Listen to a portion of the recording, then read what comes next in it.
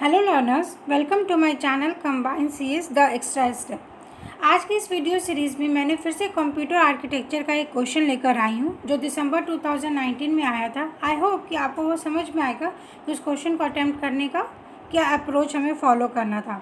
तो this was the question जिसमें इन्होंने एक टेबल में हमें सारी वैल्यूज़ गिवन है और उन्होंने ये पूछा था एट द लास्ट कि जब आप ये इंस्ट्रक्शन को एग्जीक्यूट करोगे तो what give the content of accumulated register in hexadecimal after the execution of program। तो ये हमारा असेंबली लेवल का प्रोग्राम है जिसमें एट लास्ट आपका एक्यूमुलेटर में कौन सा हेक्साडेसिमल वैल्यूज़ आना था ये हमें कैलकुलेट करना था। तो इस क्वेश्चन को सॉल्व करने के लिए हमें इंस्ट्रक्शंस जो गिवन है उसका मीनिंग पता होना चाहिए। जैसे मैं आपको बता दूँ, CLL मीन्स वॉट कि क्लियर एक्यूमुलेटर, ऐड मीन्स ये नॉर्मल अपना एडिशन है जो कि और होता है।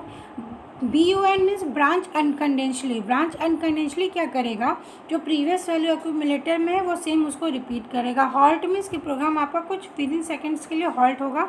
देन एंड हमें मालूम है जो हमारा हमेशा हाई इनपुट पे वैल्यूज़ 1 देगा। देन फिर से ब्रांच अनकंडेंशली। तो इस क्वेश्चन को सॉल्व करने का तरीका मैं आपको बताती हूँ।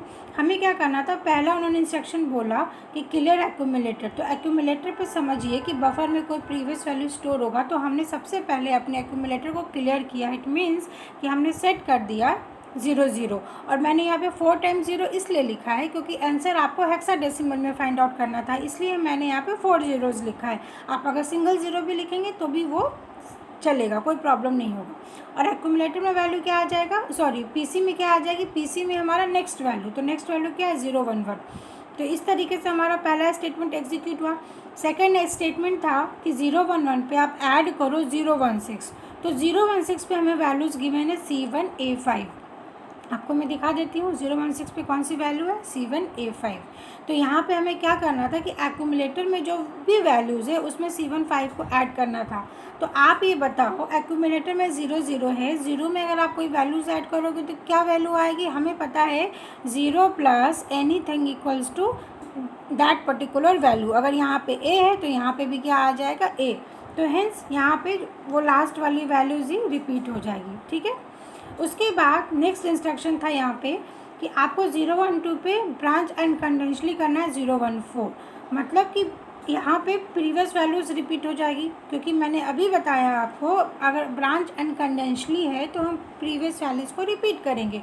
तो यहाँ पे इस तरीके से आपकी वैल्यूज़ क्या आ जाएगी C145 और PC की वैल्यू नेक्स्ट इंस्ट्रक्शन जाएगी 013। इसके बाद आपका इंस्ट्रक्शन गिवन था 013 पे हॉल्ट।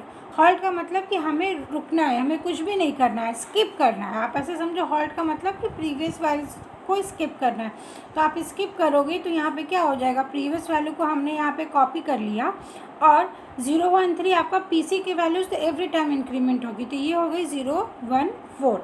014 पर इन्होंने इंस्ट्रक्शन ये गिवन था कि आपको एंड करना है, आपको एंड करना है किसकी वैल्यूज़ को, 017 की वैल्यूज़ को, ठीक है। तो अब आप देखो यहाँ पे 017 पे कौन सी वैल्यू स्टोर है, 93C6, ठीक है। तो हमें क्या करना था कि एक्यूमुलेटर में हमारे पास वैल्यू है C1A5 और हमें नेक्स्ट इंस्ट्रक्शन क्या बोल रहा है कि आपको एंड करना है 017 की वैल्यू जो कि 93C6 है और उसका रिजल्ट क्या होगा। तो पहले तो हमें ऐड करना पड़ेगा। तो ऐड करने में हमें मालूम है कि जो भी वैल्यूज़ गिवन है, हेक्साडेसिमल वैल्यूज़ गिवन है, उसको आप बाइनरी में कन्वर्ट कर लो।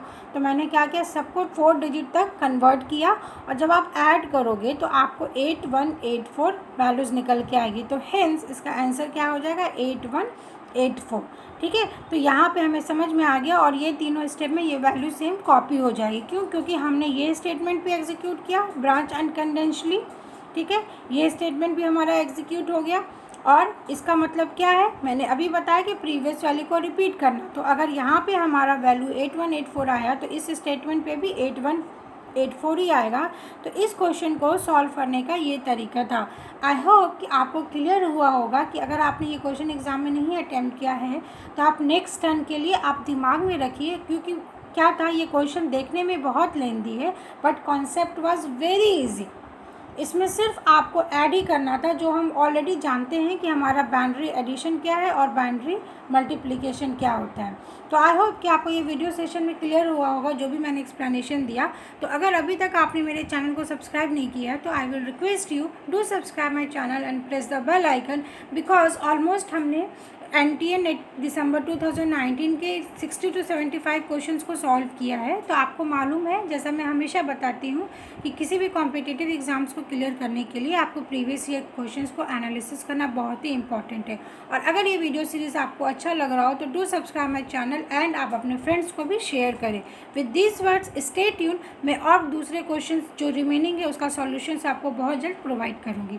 Thank you so much.